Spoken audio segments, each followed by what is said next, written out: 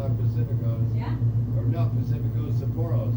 Sapporos are, yeah, Pacificos are Mexican. Yeah. No, I feel you. That's you know, my favorite place, What? and nobody knew it was that good in Mexican food, was Fred's Cantina.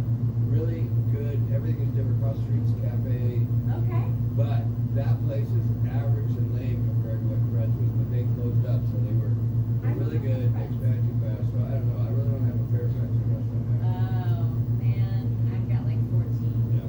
Well, we better get our mindset ready for the I know. mind play. Okay. What is it?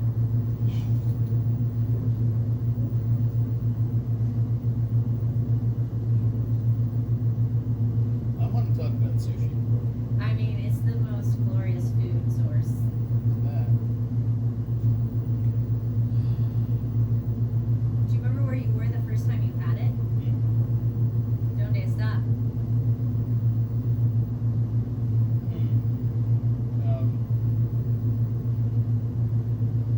Was it LA? Oakland. Oakland. Got it.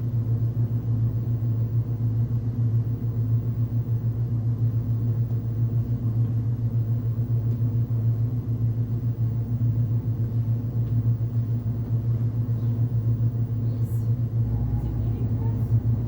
Oh, I hear more.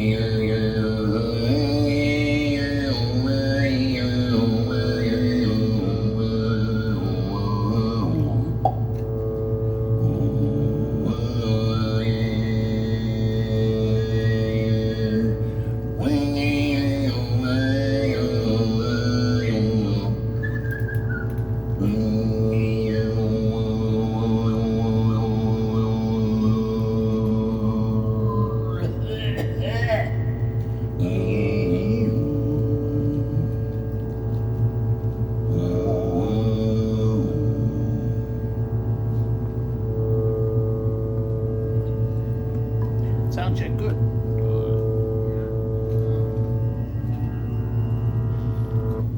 Tonight you'll hear the story of a, really? Oh my gosh. A little boy who learned to make lots of strange noises as a little boy. He was born making strange noises. Noises like, which is what normal little people make. But his turned into barks and bounces, and sirens and things like that. So this little, the batteries would go out right now, right? Don't mind him. D.B. Pedersen, David Bryan is my name, thank you very much, is a little kid from Vallejo, that's up north. And I grew up in Vallejo, worked all throughout the Bay Area in food and emergency medicine. And I'm a little goofball. And I'm going to get to all those things. I want to make sure this is working so we have a pleasant experience. Don't you know? And come on. How about you? You. Yeah. Sorry about that. I thought so. Yeah, you thought right. All right. Welcome to There From Here. It's a story about a little kid who grew up making strange noises himself. Has anybody heard of Dr. Seuss? Yes. Yeah, he spent some time here, right? Yeah. He had a comic early in his career that he sold off for like $5,000. We'll never know why, but it was called Gerald McBoing Boing. And it was the story of a little boy who just made noises. He didn't make conventional sounds like words, mama, papa. He didn't have that sort of thing. He was born into the McLaren family. And, from a very early age, pre-verbal, he was bing bong, bing bong, bing bong, yeah, all the strange things in the world. And his parents were like, we need to take him to a psychologist. And the psychologist looked him up and down. Well, I don't know what is wrong, Mr. and Mrs. McLaren, but your son seems to make crazy noises all the time. So little Boing Boing went to primary school and kindergarten, first grade kind of thing. And the teacher, would ask a question in the classroom, 7 plus 3, and Gerald would go, or something. He would just make it all up. And this caused him to be ostracized by the other kids and things. So he was very lonely, very dejected. And the story goes, I won't give you the whole thing, but the narrative goes that one night he's so depressed, he climbs out his window and with his stick over his shoulder, they had in the old cartoons, the hobo stick. And he's leaving town because he just doesn't fit in. And he gets to a train track and a trestle, and a train is coming, and so is a car, and the light system isn't working. And he's like, oh God, he panics. So he just opens his mouth and ding, ding, ding, ding, ding, ding, ding, ding, ding, ding, ding. And the car stops. The train goes by, and the family is saved. And there's a gentleman in the shadows smoking a cigar, umbrella. And he says, son, I have a job for you. My name is so-and-so, and I have a radio station downtown. And he hires Gerald and makes him the Foley artist to accompany all things in radio. And it's very exciting for Gerald, and he has a career at age 6. Isn't that nice? So when the parents were just about the right amount of cups, let's say, when I was generally considered annoying, but when they just had that balance right, they were like, he's our little Gerald McBoing Boing, and he should go into radio and television in Hollywood and yada yada. But There From Here is a story that I couldn't get here from there. I had to do a bunch of different things. So these are my flutes. This is my flute roll up. This is my flute looper, and I'm gonna make lots of interesting sounds and tell a couple of tales. Ooh. See how it goes from there. This is my first Fringe Festival, and I'm having the time of my life. Thank you. I've been working on the estate of Frank Lloyd Wright in Spring Green, Wisconsin for the last 8 years as a chef. They want me to be a tour guide, but I'm not that interested in Mr. Wright. I'm recording this, but don't tell anybody. But last year I actually got to live on the estate research I did about Mr. Wright, he developed falling water when he was 68 years old, and he pulled it out of his plane. And I thought, well, I'm only 63. I might as well just get on with this thing that I've been doing for decades. I've been doing all my life, 60 years of noises, and I've been performing for about 30, but I haven't wrapped it into a show yet. So here you are.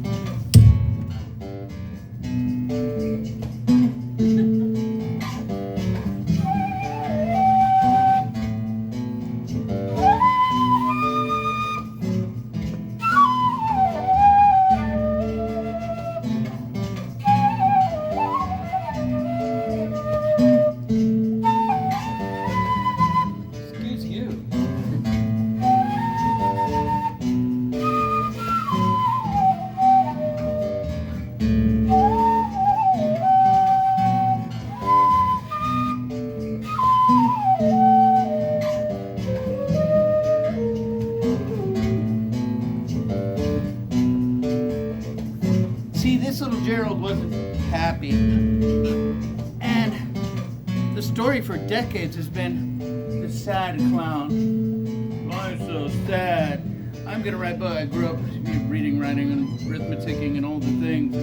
And the more exposés, the more self-effacing tales that came out, the more popular they were, and they'd be on the New York Times bestseller list, you know, of people whose lives were really screwed over by their parents, those rude people that raised us. And I thought, you know, I decided early on, I don't want that career. I don't want that. So I've done a lot of work on twisting, tightening, loosening, making sure all the things work right before bringing this on stage to you. So thank you for the opportunity. I'll just say it. Mom had a lot of dick in her life. When I was 3 and 4, her boss was, and I don't mean like penises, maybe, I don't know. I had a couple older siblings. Dad was long gone before I was born. He was always been a ghost to me, and I've always been kind of pursuing his spirit, so he's in the story too. His name is Raymond Land Pedersen, and if you're a scammer, don't scam me for saying that. That's his real name.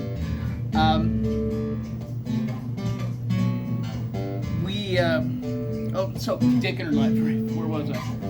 Mom's boss at the Vallejo Times Herald, where she was a secretary. Think Mad Men, those sort of scenarios. Her boss was Dick Payne. Our across the street neighbor was Dick Shaver. And her boyfriend was Dick Andrews. So it was just like Dick, Dick, Dick, Dick, Dick, everywhere.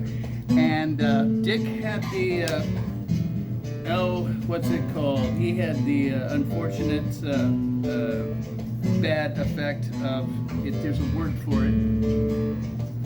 He had the character defect of loving her children, and she wasn't really into that. You know, she was young, and still kind of in that Hollywood swing, or that honeymoon swing, if you will. So she married a cat named Pete.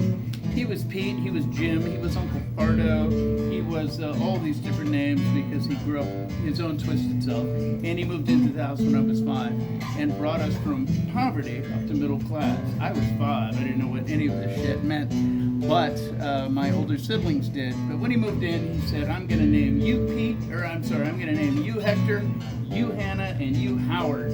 And Hector and Hannah were old enough to go, I don't think so. They were in junior high, and little Howard was 5 going, that's weird, I always thought it was David. But, you know, what can you do? You go with the flow, and because he was relentless. He was a jock, and he was a raconteur, and he was a joker, and he always called me Howard, and it just drove me a little batty.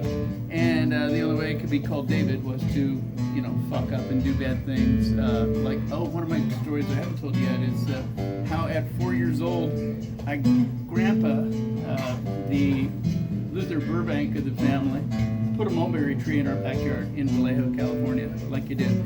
And he took care of that little thing. It was so great. It was 6 or 8 feet tall, and it was new.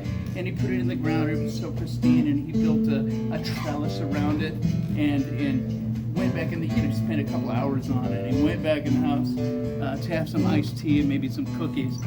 And I grabbed the hammer out of his toolbox, and I went out and beat the shit out of that tree. I was bored because I was just riddled with discontent and rage as a child. I didn't know why. I was just like, and they never got an answer out of me. Why did you do that? Meanwhile, cut to 50 years later, that's the tallest mulberry tree in the neighborhood, and it just shits all over the yard every year. I go by and check, like, good tree, good. We've made up. What Pete did for our family, though, was he was a school teacher, and he would take us to Mexico every summer. So when I was every other summer. So when I was 6, 8, 10, and 12, we took trips down to Mexico. We'd spend 3 months there. Mom and I would spend about a month, and then I'd fly back with her, and we'd go to Guadalajara and, you know, find an apartment, do the same thing, and Pete would drive the car back up later. When I was 12, they decided that Pete got a sabbatical, and he was going to be there for a whole year. And they decided at the end of that summer that I was going to stay there in Mexico and go to school. We've enrolled you in a Mexican private school, Colegio Británico de Guadalajara, the British college. It was a private school with 1st through 7th graders, maybe in little Catholic uniforms, boys on one side of the school, girls on the other side of the school, and they enrolled me in that.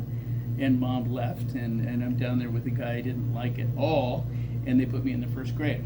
So my 12-year-old, well, I wasn't this tall then, maybe this tall, my 12-year-old butt, my boy tits, my long hair, and my Led Zeppelin shirts, kept going to the 1st grade every day and sitting in a little desk and learning Spanish off the niños in my cell block. That was not fun for me, and when I got home, I was just turning 13, and that's when I started watering down their booze and just stealing my own, yada yada, which was a habit that lasted me through my career choices, working in restaurants, working in EMS, and my favorite one, when I'm 14, let's see if we can pull this up. No, we've heard that one already.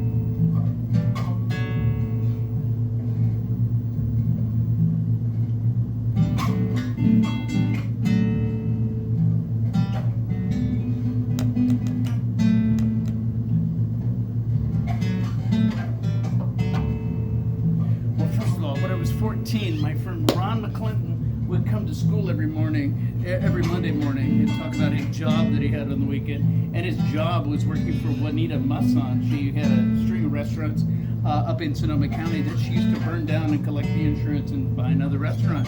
She had chickens and goats and things running around the restaurant. And she was a foul-mouthed, loud, huge person who had a wonderful reputation. If she liked you, she's big, she wore a muumuu all the time and kept her money in her bra. And if she liked you a lot, she would pull her breasts out and wrap them around your hood and say, "Oh, you're my little guy." She hated me, thank God. So I never had that experience.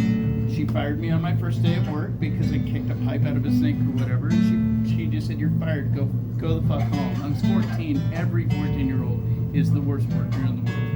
And called me the next morning screaming, "These dishes are not going to wash their fucking selves. Where are you?" And I'm like, "Oh, this sounds really good." And Mom was like, "If you can work for her, you can work for anybody." Drinking, and the grades go down and the performance goes down and the noises go up, and I'm just kind of an out there kid, listening to music constantly, listening to prog and electronic music and all sorts of stuff, and punk was coming in, and new wave, and I was just always, to be found with headphones on, imitating all the instruments and singing along with everything as much as I could. Ron McClinton would come in every Monday morning and talk about that job, and eventually I got the job at Juanita's and worked for her for a couple of years. I dropped out of high school on the condition that I would work, and the family asked a family friend to come along and help Dave out with the Big Brother experience, and he got me into.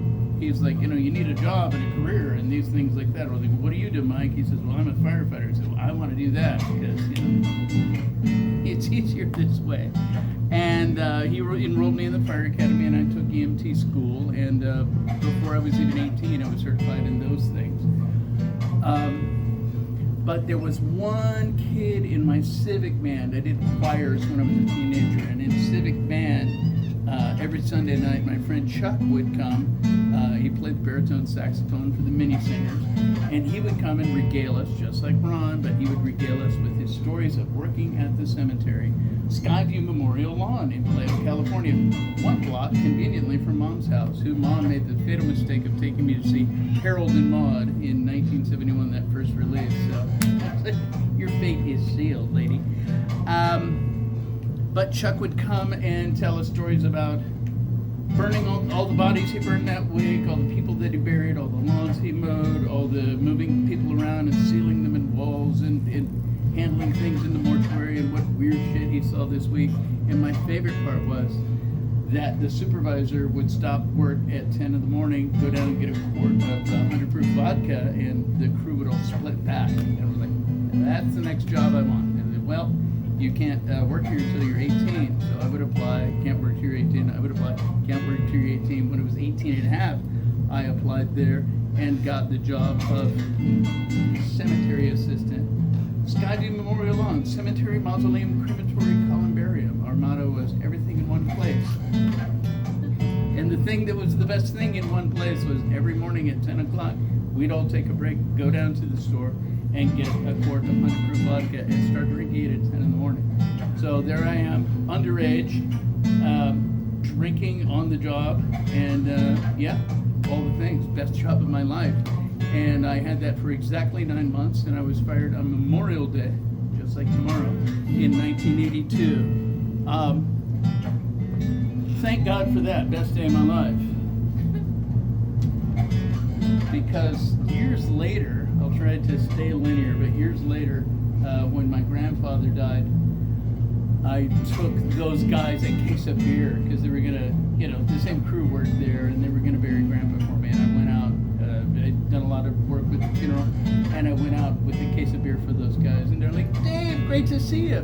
We don't drink anymore." I was like, "What happened?" And they all smiled, and they had no teeth. And they're like, "We got into meth a couple of years after you left, and things got really shitty." It's like, God, no kidding. Whoo! So, again, that's just my gratitude for being fired from that.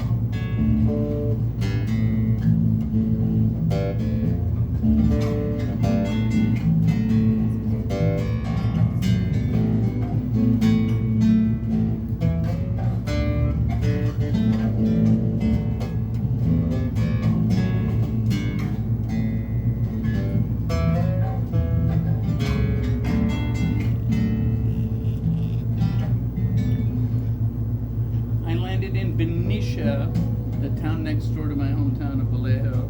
General Vallejo, kind of dominated, it was a Spaniard who made a lot of settlements in the Bay Area, and his wife was Doña Francisca Benicia Vallejo, and Benicia was the first capital of California, and it's where my mom and dad had met in high school. And at an old hotel, the Union Hotel, where Jack London had sown his career into his liver, it was remodeled and refashioned into a very upper end sort of place with a terrific kitchen on board. And I moved to Benicia to become a volunteer firefighter, and all of my friends worked at the Groovy Hotel. There was lots of this involved, and everybody there was a genius. And I was an insouciant little prick who would tell everybody, when things were falling apart, I'm like, hey, at least nobody's dying, which pissed off the chef and made her, what's the word? She would, I had a stroke a couple years ago, so I lose language a little bit. I didn't want to go into that. She would bring me up the ladder. She would give me a different apron and teach me how to cook right next to her. My 3 favorite shows when I was growing up were Kung Fu, David Carradine, As a Priest, Wandering the West, Kicking Ass, Taking Names, playing a wooden flute. That inspired me to get these. And Emergency with Johnny and Roy, driving around LA, helping people out, flirting with the ER nurses, stuff like that. And The Galloping Gourmet. From the age of 5, I always loved that Graham Kerr would come on, drink his way through a show, prepare all this fine food, invite a beautiful woman on stage, and to end the meal in the show and drunkenly make faces at her. That was great, and I wanted to be all those 3 things, which I did with my life. Anyway, I worked with these folks, and I'll just drop one name, and that was Big Fat Jim. Big Fat Jim would come in about twice a year, and he was very well dressed, and he was very respected by everybody in the kitchen. And they would make a table in the middle of the kitchen in this very busy kitchen. They'd put a chair down and make a table with a crisp picnic cloth on it, and they would serve Jim right off the grill. And he'd throw his tie over his shoulder and just sit there and laugh and joke and drink wine and talk to everybody. And at the end of the night, they'd, again, this was a couple times a year, they'd ask, well, how did it go for everybody tonight? And it was like, it was a great night. Boy, this was funny and that was great, and yada yada. Except Big Fat fucking Jim is really in the way when I'm trying to work, kind of a teenager with a sharp tongue. And Judy would, grab me by the ear and say, well, that's James Beard. Why don't you shut up and you might learn something? So that was, my first. I didn't understand that I worked in a kitchen full of celebrities. But, what are you gonna do? And my favorite thing was to whistle Brahms and Shatter. And my best friend was getting into this guy named Bobby McFerrin, and he used to take me out and see him. Whoops. At the Great American Music Hall in San Francisco. And Bobby was a man who created music out of thin air. And it was really fascinating and fun to see somebody who believed in themselves and cartoonishly populate the world with beautiful, beautiful music.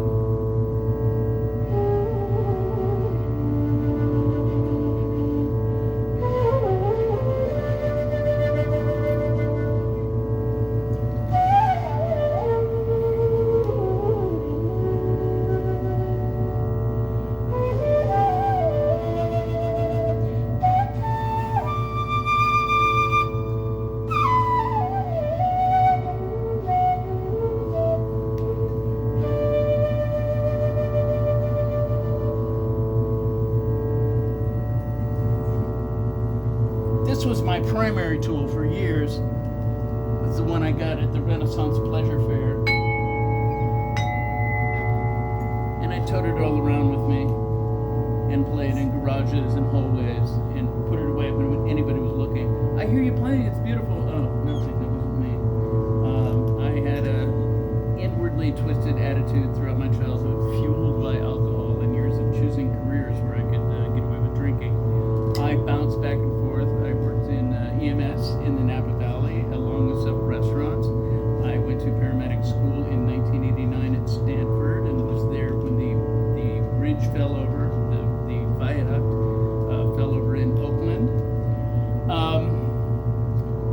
for the Oakland Hills Fire as a paramedic for several years, and then I did what my siblings had done years before when they were 18. One went to Anchorage and one went to Tokyo, via going all around the world. But I stuck around in California until I was about 32, and then I decided to move my ass away from the nuclear wasteland of the family. And there was this one artist, I don't know, maybe somebody's heard of him, a guy named Tom Waits, who part of his shtick, and it was just a shtick, I'm sure he doesn't care, just said, what you want to avoid at all costs is the state of Indiana. It's a hellhole. Drive over Crossroads of America, drive around it. You'll lose years of your life and soul if you go to Indiana. So, in my logical head, I said, well, let me go to Indiana and start there, and if I survive, I'll be okay. And I bounced from West Lafayette in 1996 up to Madison, Wisconsin, and started working and doing all the things there. But I was far enough away from my family that I started putting my voice to work. I described to somebody who was here earlier about my punk rock band, this is the only remnant of that. We did amazing things and didn't release any of the music. I did that a couple of times. Played in a lot of stoner, what are they called, improv bands, making music all around. I worked with the, respectfully, I worked on the respectful side. I worked with the UW Madison Dance Department. I did lots of installations with artists, what you've heard here a little bit of, because I developed this art in the middle of a sheep paddock in Wisconsin. Backing up a little bit, my parents went to Australia in the 80s. They said, what do you want? What kind of doodad do you want? I said, well, I want a didgeridoo, of course. And they were like, oh, God. So they went and got me they said the honest to people. Now Mom's remarried, so she and her husband are flying off to Australia. What do you want? Didgeridoo. The regular didgeridoo carved by Aboriginals, all painted and beautiful, are about $600. And they're like, yeah, he's not gonna play it. So let's get him something. They brought home a soprano didgeridoo. They still complained about bringing it home because it was just a safety hazard on the airplane. But they got all the way home to me and said, here, play it. Go ahead. A little snidely, and I picked it up and put it to my face and went,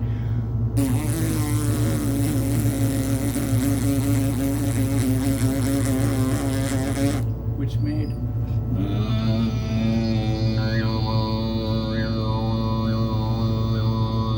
come out the other end, and their eyes went, what is he doing? I'm like, you gotta figure out a thing. Anyway, I wasn't doing the throat singing yet. However, when I moved to the Midwest and I was singing, and let's see, so I'm gonna give you the whole deal. Years of alcoholism, in and out of meth, speed, smoking cigarettes, what's that thing? Strep throat at least a couple of times. I had a bad case of thrush. And burns. I used to breathe fire as a kid, and Mom was like, I never want to hear that you're breathing fire, so of course I'm in the back alley with Roncinol. And a couple times I really messed up and caught on fire, and while you're trying to put the fire out, you inhale a lot of flames, so I've had burn scars and all sorts of stuff. But my father has always still been lost, and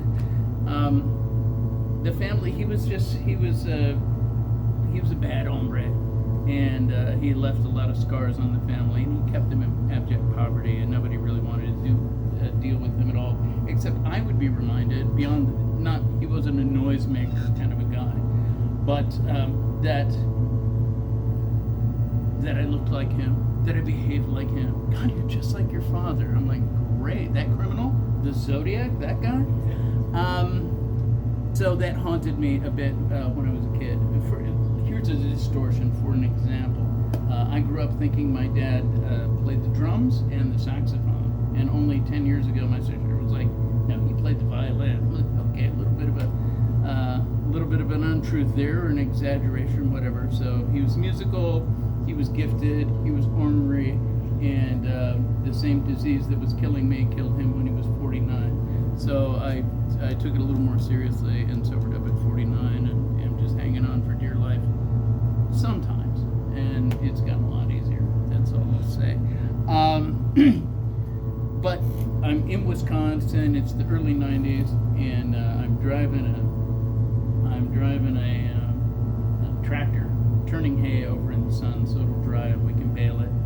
And I'm yelling at my father, yelling at the sky for my father. The clouds are kind of, intermittent, and I'm just hollering because I'm so sad. I'm carrying the sadness, because I don't know my dad. That it was hollering really loud, and my voice broke and went. Like, oh, fuck, that hurt. And I was like, and it sounded great too. I had a big grain silo, 85 feet, steel, empty on the side, and I would smoke a couple of cigarettes and go in there and go. It sounded like this. Scare the shit out of the birds up there.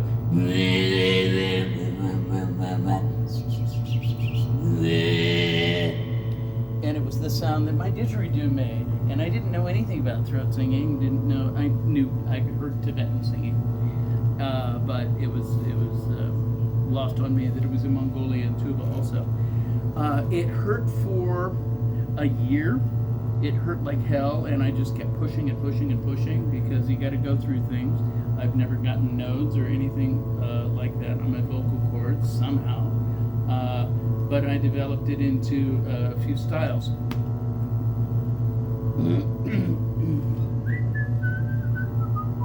Here it is. Pardon me. That's the stroke part.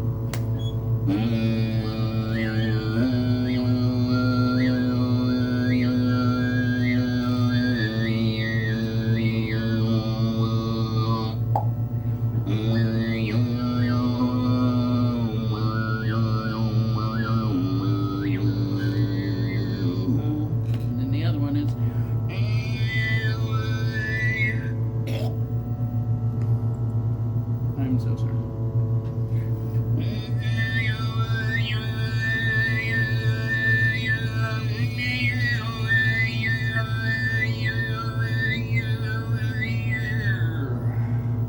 Doesn't hurt anymore. One of the funny things, career paramedic. I've been EMS in Alaska, all over the Bay Area, paramedic in the 80s, early 90s. Got out of that. I got out of that because I was my blood alcohol level was always so high that I thought, I'm going to kill somebody. So I got out of that. Worked so hard to get that career. I'm like, get out of here before you cause some damage and pain that you'd have to live with. This is me talking to me. That's when I decided to leave California. I go out, I'm working on this sheep farm in New Glarus, Wisconsin, so I call my throat singing New Glarus throat singing. It's regional. What can you do? And I go to work with the farmer, Dave. We raise lamb. It's pasture-raised lamb for all the fine diners in the Chicagoland area, in the restaurants of Rick Bayless, Charlie Trotter, blah, blah, blah. And I worked in high-end food in the Bay Area, Napa Valley. And I was in it to win it there, but I never took cooking that seriously either. I didn't want to be chef of the year or anything like that. I wanted to sing, I wanted to make noise. I wrapped up my career wanting to drink and drug, and wanted to make art ever since. So again, Fringe Festival is the obvious choice for me to just make this experiment happen. I go to work one day in April, and it's been building up because the lambs are the ewes are fat with their lambs, and go out in the field one day, and Dave the farmer is Adonis for this story. He actually is. He takes me out in the truck one day, and he's got a box. He's showing me the box at the barn. The box has betadine, ear tags, rubber bands for little sheep nuts, and a squeezer for it, a log book, scissors, all the things we'll need to go out and collect the baby lambs in the field. And I'm nervous as hell because I don't know what to do. I've delivered 6 babies, human babies in the past. All were fine, even one in Spanish. Thank you very much. Thanks, Pete, for raising me in Mexico. We go to the field, and he's like, okay, here's what we need to do, David. You need to go through the field, kind of map it out in your mind, like just take, 20-foot squares at a time. And being an old LSD head, I'm like, oh, I can graph this out. He said, we're going to walk around the field. The ewes are all sitting under that tree over there. There's 60 ewes. And it's technically my first year of lambing. And they're all munching away. He said, the problem is they'll get a labor pain. They'll leave the herd, walk somewhere to be by themselves in the grass, poop out their babies, maybe lick them, maybe not, walk right back into the herd and keep eating. So here's what we're gonna do. And we go out to the field. He's like, just graph it out. The spring grass is about this high. We're just gonna walk through, we're gonna take our time and make sure we don't miss any, right? Here's a group of lambs. Dave runs over, here's my prop. And he picks up one of the lambs. And, from a little group of panting little lambs. And he's like, okay, look at this one here.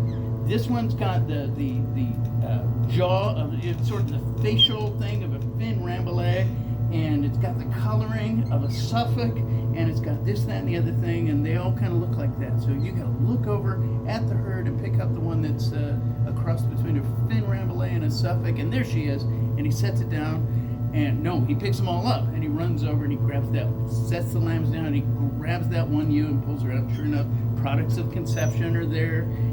She's just recently had the babies or whatever, and he checks the patency of her teats and makes sure that he can hook the babies up, get their colostrum, put their ear tags in, put the betadine on their ears, put the rubber band around the nuts of the boys, and blah, blah, blah, and then wipes his hands off and writes it all down in the book. And he said, okay, when you find them, they've only got, like an hour to live, which was an exaggeration because he was being dramatic.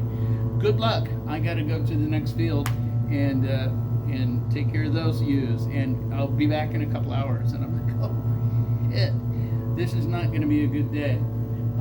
Because I don't know what breeds are what. I don't know what one looks like, and I'm not going to just walk into a herd of ewes and go like, how about you? How about you? How about you?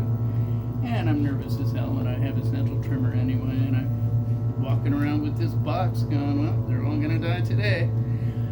And I found some lambs, and oh shit. So here's a little pile of wiggling lambs, right? And I reach down and I pick one up, and I must have been just shaking like a leaf. And it goes, I was like, what? What? Do that again. No way. And I make that lamb's noise louder. And from the group of ewes, one sticks her head up with her mouth full of cud. I'm like, no fucking way. This is not going to work. And I go over and pick her up, and sure enough, she's got the product of conception. I get her away from the herd and hook her up with her lamb. She's like, oh, my babies, my babies. It's like amnesia. I don't know what lamb bearing is for them, but get it all together, check her teats, get their colostrum going, tag their ears, put the betadine on, get the nuts. It becomes systematic. And with each little group I find, make that noise. The other ewe sticks her head up. This is too easy. Dave comes back in a couple of hours, expecting lambs to be piled up like cordwood, and me goes, I don't know what to do. He's like, how'd you do that? I'm like, well, you know how I'm always making noises, Dave? He's like, yeah, it's irritating at times. I'm like, well, it works. Blah, blah, blah. So that is I've called that sound farming. I've never taught it to anybody, but it's free for anybody to do. And that was great. So, thank you. Thank you. This is my one, James Herriot, the nature writer? It's my one James Herriot story. So now I have this off, and it's cooler on my head. I went 10 places in San Diego in the last 2 days looking for a timer, and I never found one. So if somebody tells me when it's about 10 minutes to 7, that would be nice. Thank you. I'm gonna play a little more music. Donut's supposed to break that fourth wall and talk to y'all, but every other act does, right?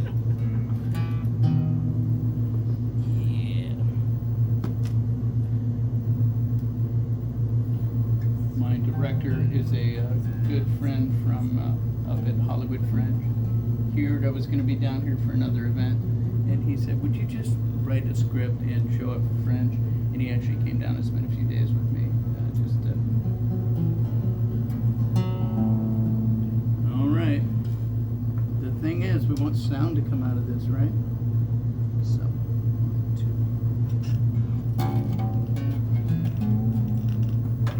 Okay.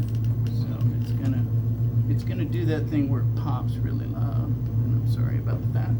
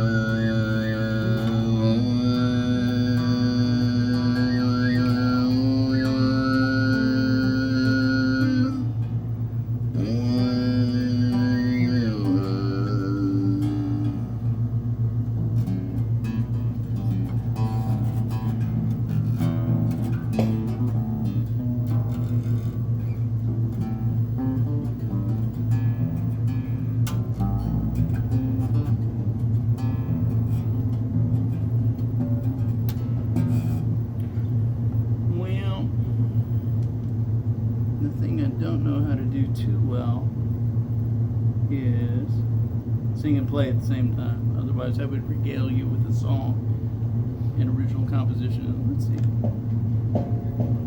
Yeah, see that works, but it's not getting signal from the bass, so I won't mess with my equipment much more. La-da-da-da-da, la-da-da-da-dee. Talk about you and me in the name of the Lord. It's 6:51. So you said you were wondering about that, right? Yes, thank you.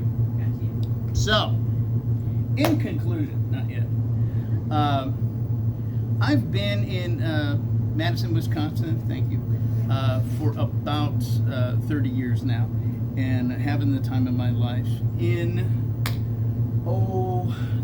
2002, my lippy, drunk, jerk, pushy, cook self, and I've been changing. I've had 60 or 70 jobs, just because I work until I have to get out of somewhere before I'm fired, because I'm a smart ass and pretty mouthy.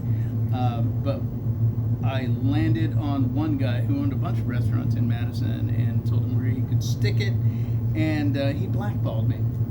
And then I was trying to get work around town, and I couldn't work up to my level of all of my, pantheon of creatives that have given me the thumbs up or the middle finger all the way, and couldn't get work, and was technically about to be homeless. I've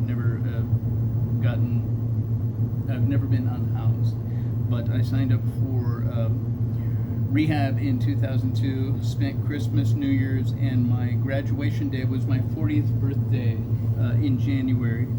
And one of my counselors advised, he said, your alcoholism isn't what's creative about you. And I was like, let's go, buddy. Because I've always, had that sore on my butt that, I'm going to be the next Jack London or whatever. And I've been writing for years. And I do publish online, but that really started to turn me around, and I spent some years dedicating myself to getting better, and I've gone back and forth with that, but I've been in for a good while now, and it feels much better to me. There from here is arriving. The old part of it is it's from the REM song "Can't Get There From Here," which I moved to the Midwest and found out it's a colloquialism that people are like, well, you gotta go deal with those sheep, but you can't get there from here, so you gotta go follow my instruction or whatever. I do have one story that I haven't told, which is that I got a disease in my throat from somebody who said they got it from Michael Stipe. Not kidding. Turns out, no, he never did that thing. And I was like, well, it was a good story for a long time because people, would shout at me on stage, like, how's your Stipe tonight? I was like, oh, it's still real good. About 8 years ago, a Madison chef invited me to work at Taliesin in Spring Green, Wisconsin, and I was like, "What's a Taliesin?" She's like, "It's the Frank Lloyd Wright estate, where she was starting a cooking school at the Visitor Center." And I went and worked with her for several months there. And the thing that really got my attention as I was commuting back and forth from Madison were these dinosaurs flying over the highways. The sandhill cranes come through winter and spring and fall, and I was like, something ancient is going on here. And I wasn't too mesmerized by the whole Frank Lloyd Wright estate until they asked me the next year to cook for the School of Architecture. So the actual school that in fellowship that Frank Lloyd Wright and his wife Olga and my friend Minerva Montu set up was running in full effect, and I was the chef there for the last year of the School of Architecture before the foundation canned it. But I always was addressed in a Mr. Torrance sort of fashion because it's a place full of ghosts and memories and lots of weird and dramatic history, that all the staff was very used to coming up and saying, "You've always been here, Mr. Patterson." And I was like, okay, that's great. I've lived on the estate twice now in the last 8 years, involving myself with the kitchen mostly, and being a bit of a ghost. Although on tours, when they bring all the people through and say, "This is the livestock area where Frank kept his cows and chickens," blah blah blah, I'm sitting in my apartment going, "This isn't my show," because I would certainly love to go out of my window like the ghost of a cow, but I'm like, I don't want to turn it into an expectation. I'm gonna wrap it up. Does anybody here have a show at Fringe that wants to talk about it? I really appreciate you coming out tonight. So I'll wrap up with saying They're From Here is I couldn't make it any other way. I visited Hollywood for years, mostly doing drugs, back in the past. And my friends were all like, "You just gotta go to the studios and be the next cartoon guy." And I'm like, cartoons are passe. Nothing's going on with that. What an idiot. But I had to get my head together and spend years being an outsider. And I think Fringe is going to be the way I get back in. So it's a privilege to play for you, and look me up sometime, or talk to me after the show. There's a great new show, The Graduate. I can see his picture back there on a lit screen. The gentleman talks about his graduation. I'm going to stick around for that. There's plenty of great shows all around town. We do wrap up tomorrow. We'll play through the afternoon. I think the Manly Men show is one of the last ones that's playing into the night at 7 o'clock tomorrow. Let's see. Flower Fruit Seed wrapped up last night. She's an incredible storyteller. And Don't Kill Daisy has a couple more runs here, and her show is a lot of fun. Thank you very much for joining me tonight. Welcome to Fringe. Go out there and have a great time. Peace.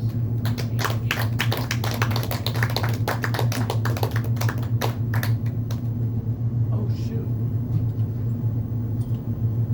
I carried this in my truck all the way from Wisconsin just so I could go. I'm a found objects guy.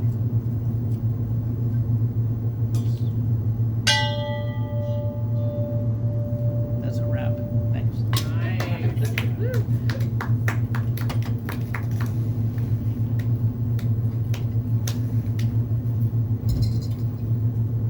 Have you read the book Loving Frank? Loving Frank. No, I've met Taliesin is why I asked. the author.